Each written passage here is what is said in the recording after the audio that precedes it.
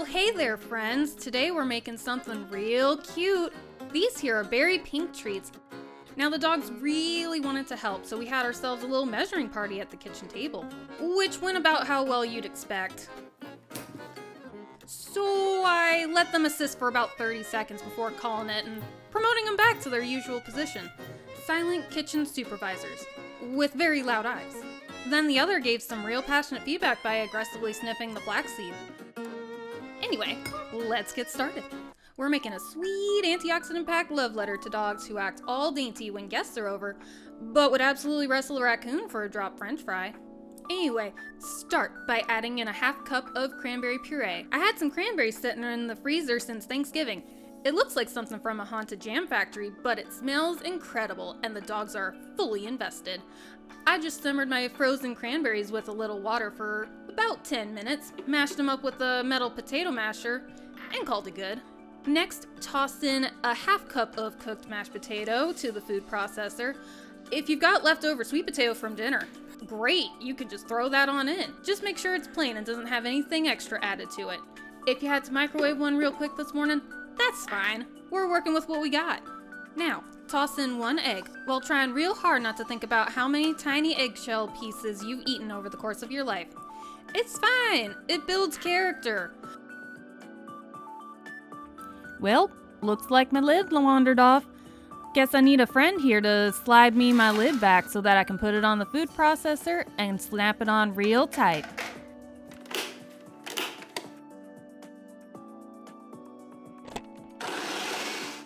And if you feel like doing a little kitchen dance while you wait, I say go for it. Maybe your special little fur baby comes and joins you. This house runs on whimsy and dog hair.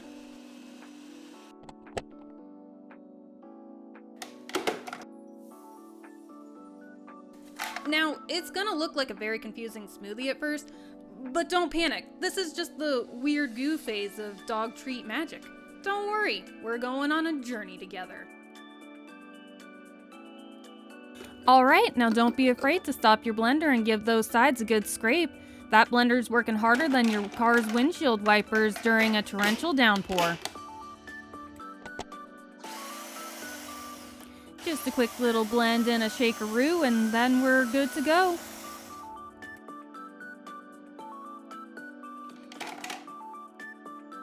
Once your mystery goo is looking nice and blended, go ahead and measure out 1 cup of oat flour. Pour it in with confidence, even if you're internally second-guessing your entire life. Don't worry if some of it ends up floating through the air like prairie snow. Oat flour's got a mind of its own and she goes where she pleases. Also, go ahead and sprinkle in 1 tablespoon of ground flaxseed. It's not required, but you know, it makes it feel like you're doing something real nice, and it's great fiber. Pop that lid back on and blend it all together. Now, just a heads up, when you hit blend, it might sound like someone started a lawnmower in your kitchen. That's alright, just let her rip. Take a little pause here and check under the blades. Sometimes a rogue sweet potato chunk might hide under there like it's playing a game of sardines. And then just give it 1 more quick blend for good measure.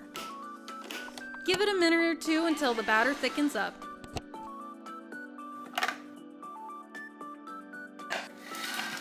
It's gonna look like some pink mashed potatoes met a protein shake and then got into a heated argument about texture. But that's exactly what we want.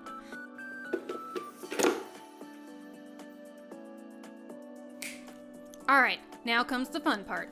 Trying to move this beautiful pink chaos into a bag without covering yourself in it. If you've got a piping bag, wow, look at you go. That's awesome. You probably remember people's birthdays and everything.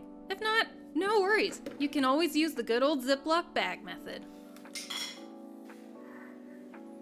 Now that we got our baggie, do your best to scoop in the batter. I like to use my coffee mug to make it more sturdy. It might be like trying to wrestle frosting with the will of its own, but you'll get there. And yes, somehow it's gonna end up on your elbow, on your countertops, maybe even a little bit on your dog. That's just part of the journey.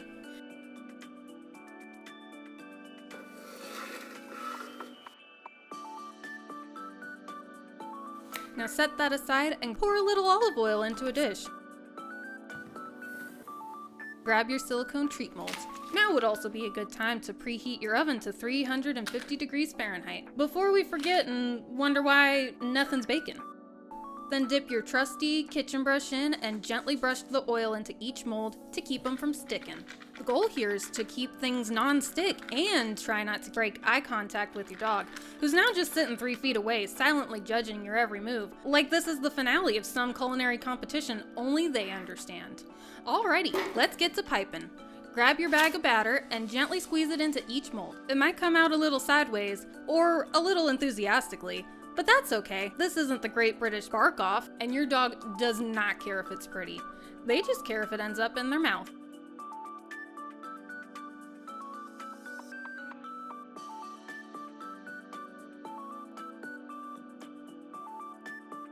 Once you've filled up the molds, grab yourself a little butter knife and smooth out the tops, just a bit.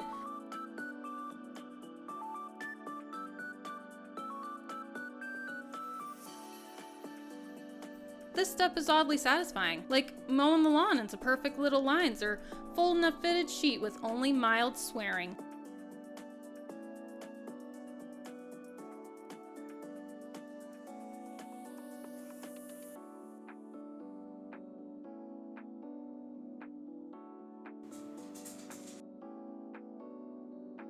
Now take your silicone molds and place them on a parchment-lined baking tray.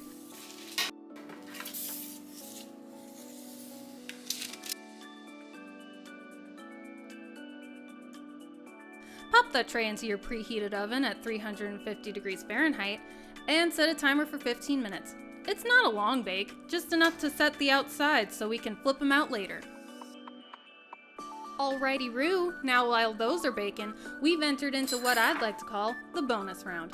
You'll probably have a bit of batter left, and we're not going to waste a single spoonful, no ma'am.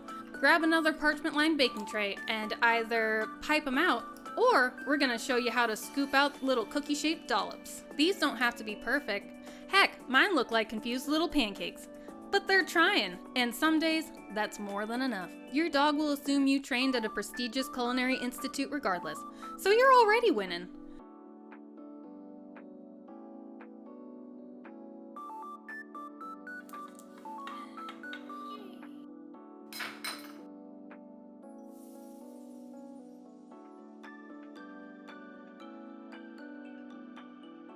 When the timer dings, pull your treats out of the oven.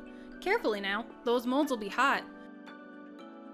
Use the oven mitts and a little finesse and flip those treats onto the parchment-lined tray, flat side down.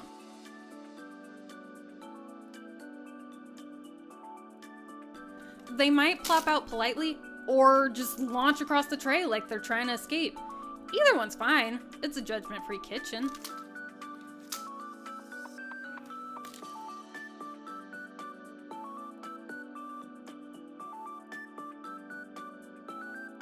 Now grab your little cookie blobs and those freshly popped out treats. Slide them into the oven and bake for 23 minutes or until they're golden on top and your kitchen smells like October moved in and started meal prepping. Alright, everything's baked and smelling like a cross between cranberry muffins and ambition. Let's go ahead and take those trays out of the oven and let them cool completely.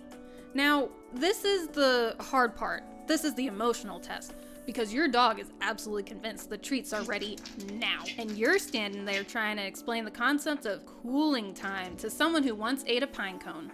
And hey, you did it! You made a wholesome pink antioxidant-packed treat for your pup with ingredients you can actually pronounce. If they could talk, your dog would be giving you a little speech right now. But instead, they're just making intense eye contact with the treat jar. Thanks so much for hanging out with me today. If you liked this video, go ahead and give it a thumbs up, leave a comment, or hit that subscribe button for more recipes and tail wagging chaos.